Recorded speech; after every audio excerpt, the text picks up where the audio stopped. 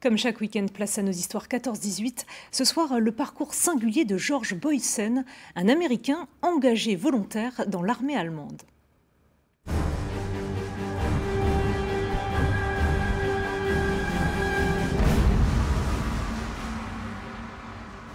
Dans les collections du musée de Thiaucourt, 3 carnets et un album photo qui appartenaient au lieutenant George Boysen.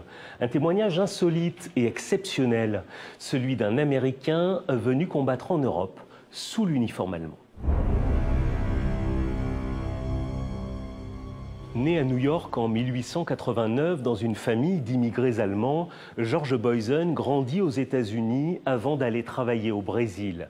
Lorsque la guerre éclate, il décide de rejoindre l'Allemagne pour s'engager. Après une période d'instruction, il est envoyé sur le front et arrive ici, à Thiaucourt, en janvier 1915.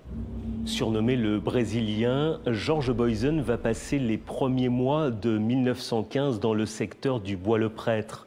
Il en décrit les combats, mais aussi la vie quotidienne. Blessé en mai, il est hospitalisé en Allemagne. Son récit, jusqu'ici très détaillé, devient plus succinct. De retour sur le front de Lorraine, le Brésilien va ensuite être envoyé dans le nord de la France, puis sur le front de l'Est dans les pays baltes, avant de revenir en Meuse à l'automne 1918.